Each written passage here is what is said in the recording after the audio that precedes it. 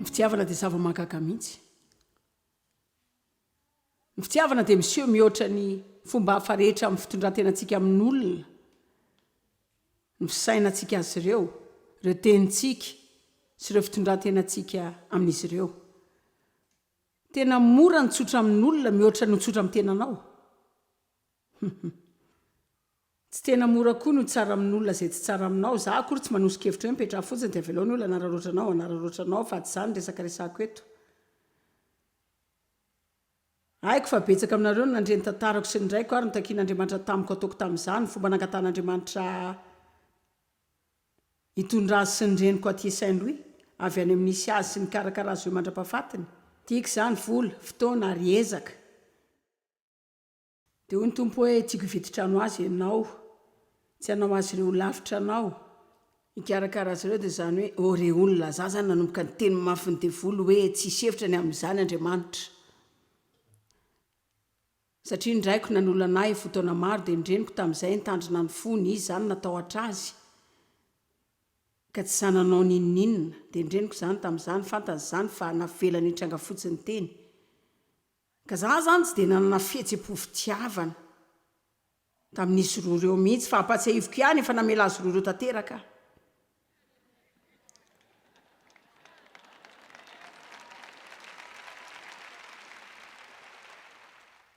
Fa taloha Andriamanitra nila nandeha lalina tanteraka tamin'izany sehatra izany.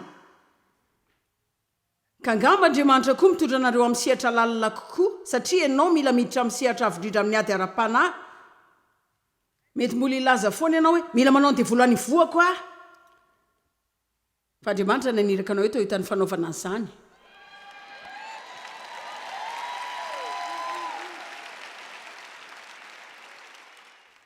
Fa fangianiko tantarana ange aza tantara izany satria raha mijery ny fandarako foana ianao dia mety efa hitanao foana izany. Fa raha Devy no antaninao dia efa nanakanatsy anao izany izy. Satria isika miresaka vola be da be. Mazava ho azy Devy tena nalala tanteraka izay natao ndraiko tamin'ny fahazazako. Hoy izy hoe raha Andriamanitra izany tsara aminao no manao izany. Dia avy eo moa laza izay tady izay ahitana hifidianana izay trano mora indrindra hitanay.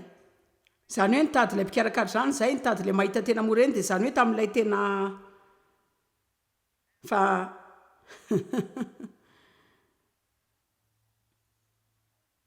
tsy izay ny tadavin'Andriamanitra tsy maintsy mividy anahy fatifaty indrindra teo amin'ny 7 minitra miala ny tranonay teo izahay. Dia tsy maintsy nividianana fiara ry zareo sy kojakojan-trano ihany koa. Dia nitady olona ampiantsena ho an'ny zareo isan-kerinandro sy ny olona mpanadio ary olona hitondra azy ireo any amin'ny fotoanany amin'ny mpitsabo dia tsy nisy zavatra tiako hidirana mihitsy ny amin'izany satria za olona tena sahirana mandeha mampianatra olona eran-tany mikasika ny fitiavana.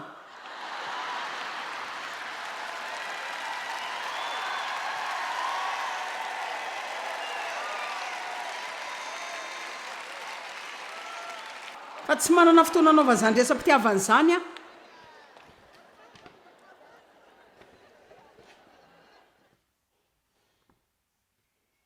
Re olona hitako fa nianatra lavitra noho ny fetra ny fankatoavantsika isika matetika.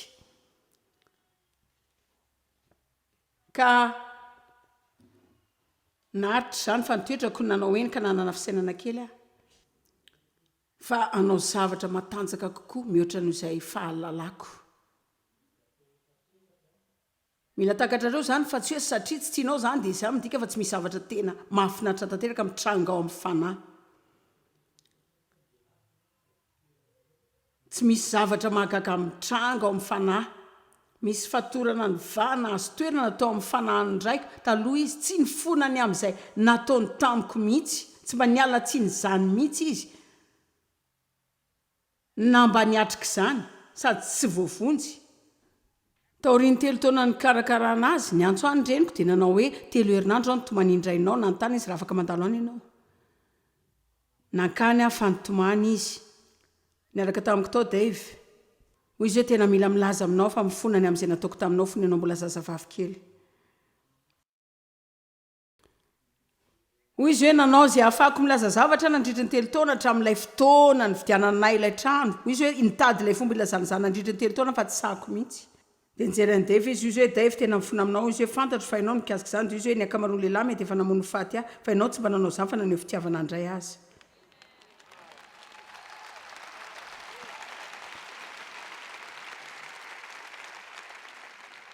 Tena faly taminy aho fa afaka nilaza izany ihany izy. Fa mila nilaza izany kokoa mihoatra ny fandriako andray izany izy. Dia hoe dada tianao ve ny hanolotra ny fiainanao an' Jesosy teo vonjeny. Dia nandray an'i Kristy izy, nangataka nay anao batisa azy izy, dia nataonay izany ary taoriana nalala sy ny saina hoe nanao ahy mividy trano fa ny tena marina nividy fanahy akay.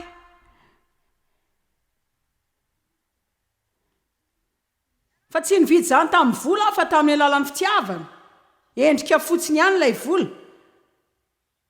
Fa ny heriny dia fitiavana. Dia hitanareo izao, Andriamanitra koa mividy fanahy amin'ny fitiavana. Nividy anao izy, nividy ahy, ny Baiboly milaza fa tsy tompony tena tsika sika fa efa olom-bo vidy sika. Marina izany. Ary misy fanahy maro manodidina anao izay mety afaka vidianao any am-piasana any, ny mpiray vodi-rindrina aminao, izay amin'ny fanaovana sorona tsotra, amin'ny fanehoana fitiavana amin'izy ireo, amin'ny fampahirezana azy ireo, amin'ny fankasitrahana azy ireo, amin'ny fivavahana ho azy, amin'ny fanampiana azy raha misy zavatra ilainy ara-materialy, mba manaova zavatra kely ho azy. Aza mba mihevitra izany fa ny marika famantarana maha-kristiana anao na ny lakora amin'ny tendanao no hanaitra ny olona manodidina anao, fa mandehana dia tiavo izy.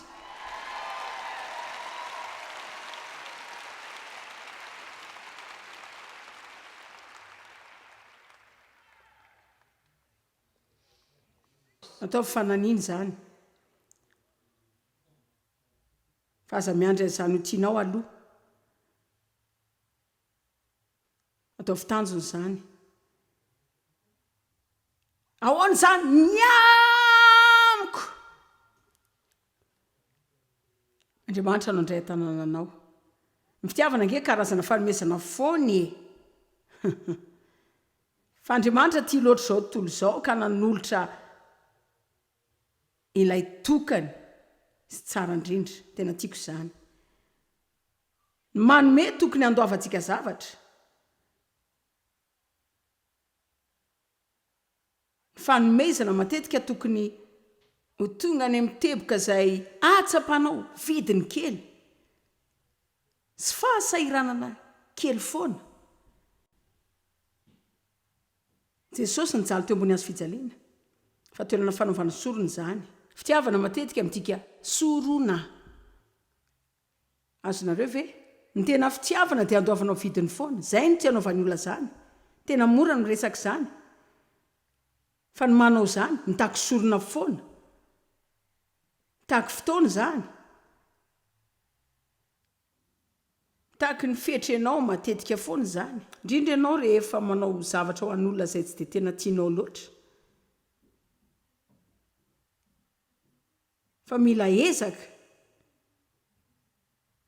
ny mity olona. Nareo rehetra izay nitondra ilay zavatra izay nangatanay hoentinareo any-manitra eto Detroit, tena nanao samiavaka nareo izany hoe tena samiavaka izany. Za tena gaga mihitsy ny aminareo sy ny fiangonana izay nandray anjara, fa efa tena midika zavatra lehibe eto amin'ity tanàna ity izany. Izany hoe manana hevitra feno zavatra izahay. Fa mitaky ezaka izany, dia mitaky fotoana izany, dia mitaky vola kely koa any aminao. Fa mampanantena anareo fa ianao koa dia hifaly kokoa any anatin'ny fonao any mihoatra nohizay heverinao, fa raha vao misaina fotsiny izay ianao hoe tsy manam-potoana amin'izany aho. Afaka ataon'olon-kafa izany. Fa izany izao.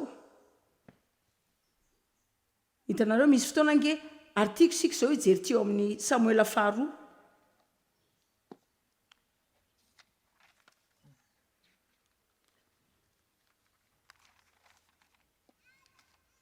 Toko 420.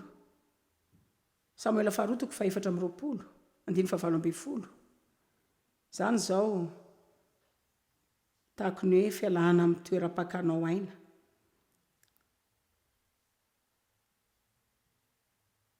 Samuela faharotoko 4:12. Nisy loza ny tranga tao amin'ny tanànan'ny Israelita satria nisy tsy fankatoavana tao. Ary Davida nanao izay alalana hoe inona no afaka ataony hampijanonana ny loza. Ary nisy mpaminany tamin'izany izay nivoaka nandeha niteny tamin'i Davida, teny taminy fa mila manao toerana nolorana fanatitra izy. Dia izany no ampijanonan'Andriamanitra ny loza, averentsika hoe fanatitra.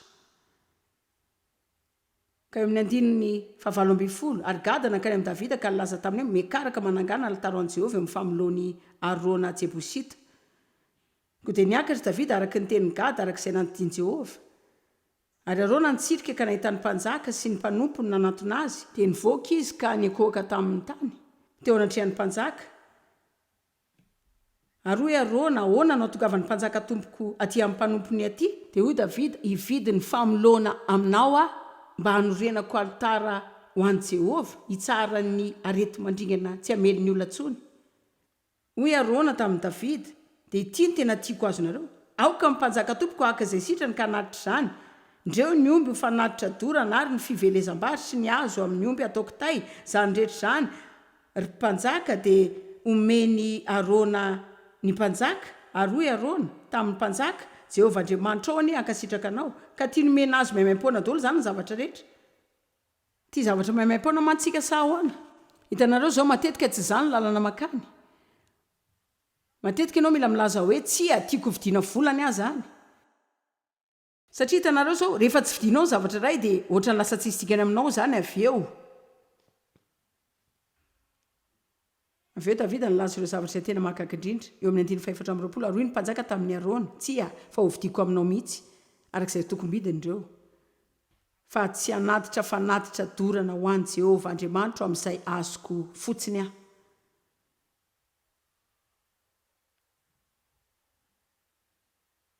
Ka sorona ny fitiavana.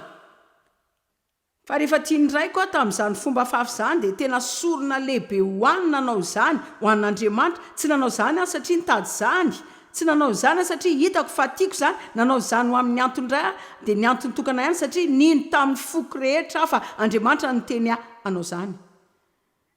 Ary izany fanatitra izany dia mino amin'ny foko rehetra fa manova ho amin'ny dingana manaraka amin'ny asa fanompotsika ka nitondra ho any amin'ny tontolo hafa indray ho afaka ny hanampy olona maro maneran-tany.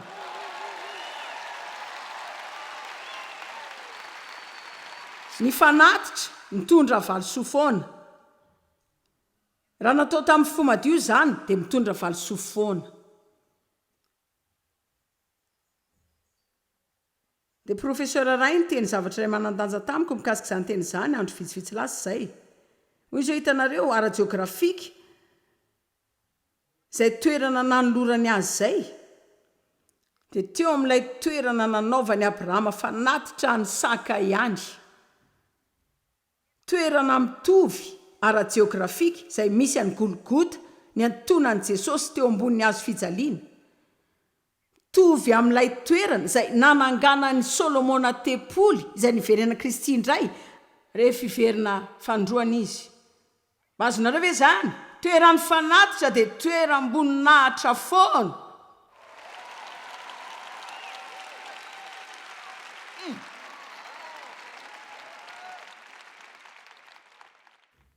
Ny fanatitra izay nampanaovin'Andriamanitra dia isan'ny voninahitra ray lehibe indrindra teo amin'ny fiainako. Iray amin'ireo fitsarako lehibe indrindra izany. Iray amin'ny fahombiazako lehibe indrindra. Nahafahako naneo tamin'ny raiko izany fitiavana izany hoe Andriamanitra nitondra tamin'ny toeran'ny famatorana ara-panahy. Nahafahako naneo karazam-pitiavana tamin'ny raiko. Taorian'izay rehetra nataony tamiko. Dia voninahitra lehibe ho aho, mihoatra ny nazoko izao ministera izao.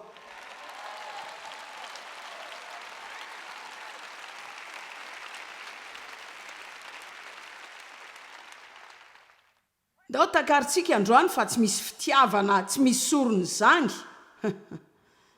na dia nifakanao fotoana kely antsonao namana izay napetraka andriamanitra amponao ka ampahery azy dia efa sorony zany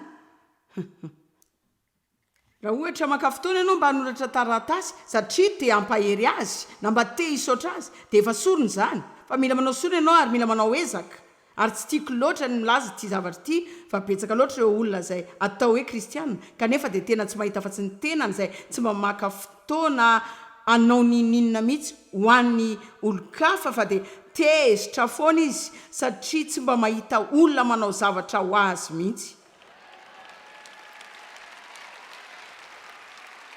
fa fotoana ho antsika zao mba ekaratsika amin'ny sehatra amboniny ady ara-panahy ary te hilaza aminareo azy zao raha ohatra ianao ka manana afo mandeha ampitiavana zany zao tena mampatahotra ny elo ianao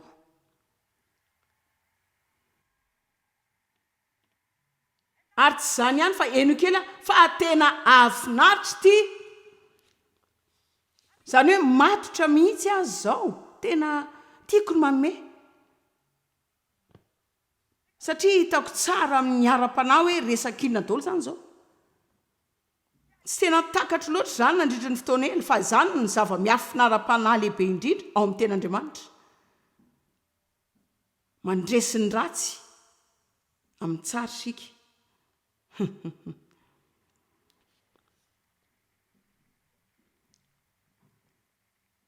dia hitanareo zao rehefa manomenao dia miverina aminao foana ihany zany ny manome tena zavatra tsara mihitsy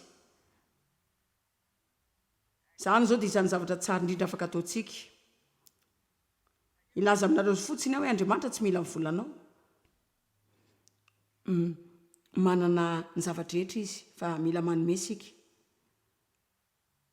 voalohany aloha iray amin'ireo fomba editsika amin'ny fahirana zany ary tena zavatoza mihitsy izy io hoy ny baiboly hoe tandremo ny tenanareo amin'ny atendana sy ny fieremana ka ny fanomezana sombony amin'ny zavatra rehetra hitain'andriamanitra anao dia fomba iray ediana amin'ny fieremana izay no anao koman'andriamanitra anao satria rehefa manao izany ianao manjary manome anao mihoatra foana izy ka mila manome ho an'ny olona foana ianao mba edianao amin'izany fieremana izany amen za ty manome za ty mampitsiky endrik'olona nareo ve tsy tia manao zavatra tsara amin'ny olona dia mijery azy ireo mitsika avy eo manao zavatra amin'olona toetra tsara amin'olona dia mandefitra amin'olona ireo dia fitaovana tsara amin'ny fitiavana ndao jerentsika ny romana 5:17 fa raha ny fahadisoan'ny olona anankiray no nanjaka ny fahafatesana noho ny nataony anankiray maika izay mahazo ny aben'ny fahasoavana sy ny fanomezan'ny fahamarinana no anjaka amin'ny fiainana noho ny nataony anankiray dia jesosy kristy ilay mesia sady voaositra tian'andriamanitra anjaka amin'ny fiainana toy ny mpanjaka ianao efa nanome anao hery izy dia nanome anao fahefana ihany koa tsy hery fotsiny nanana ny mpanjaka fa manam-pahefana izy dia voly manan-kery fa ianao manana hery sy fahefana efa nesorin'andriamanitra teo amin'ny azo fijaliana ny fiadiana ny fahefany mihitsy no nomeny ho anao zao mpanjaka tsara amin'ny firenena ray na ny filoam-pirenena tsara ray na ny mpanjaka vavy tsara iray dia tokony ho tsara toetra amin'olona satria izay no asany manome antoka fa voakarakara tsara ny olona zany akory tsy midika hoe angalarinao daholo ny zavatra rehetra ananany amin'ny alalan'ny hetra ka tsy hananany zavatra tsony dia manao izay tianao rehetra zao mpanjaka taloha tany Russia sy ny tany France dia nandalo ilay hoe révolution rehefa nianatra ny olona dia nanomboka nanohitra azy ireo satria efa nona loatra izy sy nahanitra tanteraka nefa ny mpanjaka ny aina tamin'ny fiainana miadana sy lehibe dia nikoma izy ireo fa isika dia mpanjaka sy mpisoron'Andriamanitra ary ny asantsika amin'ny mampisorona sy mpanjaka ao amin'ny fanjakan'Andriamanitra dia mikarakara ny olon'Andriamanitra. Raha nona izy ireo dia manome hanina azy, raha mangatsiaka ireo dia manafy azy, raha mianjaka izy ireo dia manarona azy, ary raha kivy izy ireo dia mampahery azy, raha mila fanampiana izy ireo dia manampy azy, raha tsy mahavita mandony hofantrano izy dia ampitsika izy. Marina izany e.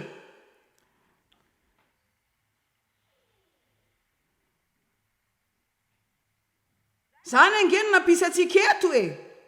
Asan'ny apôstôly 7:7 jereo izay nosoran'Andriamanitra tamin'ny fanahy masina sy ny hery sady nandendeha nanao soa. Wow! Inona tsara nataon'i Jesosy tamin'izy tety? Ny fo izy isa-maraina dia nanana trondro kely niaraka tamin'ny rahalahy. Nakeny amin'ny olona rehetra teny an-dalana, ndao hivoaka fotsiny dia mba ho tsara manolona e. Matetika izy mitory filazantsara amin'izy ireny, matetika izy manangana ny maty, matetika izy manome hanina azy, indraindray mampitombo isan'ny trondro. Fa ny tena tanjo dia niasa 7:7 lasa fa nandehandeha nanao soa izy. Wow!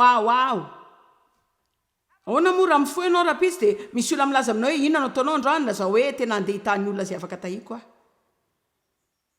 Andeha hanao zavatra tsara dia hoena hoe zahaza manana ny olako. Tsy efa izany foana ve manodidina anao e sa tsy izany? Zaho koa nanana olana fa natoky an'Andriamanitra, niandry an'Andriamanitra fa mbola tsy nahita zavatra nitranga foana ihany.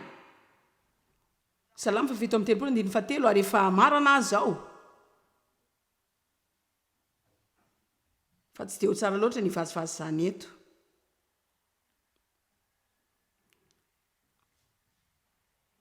Vonina ary venareo, matoky, miankina, miantehera, manana fatokinan' Jehovah ianao de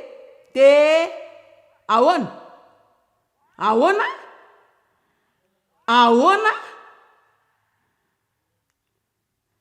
Misy zavatra roa izay mamelony devoly matetika. Matokia an'Andriamanitra manaova soa, matokia an'Andriamanitra manaova soa. Raha manana olana ianao dia matokia azy ianao, mandra-pendrasanao ny fahafahanao dia manao soa ianao.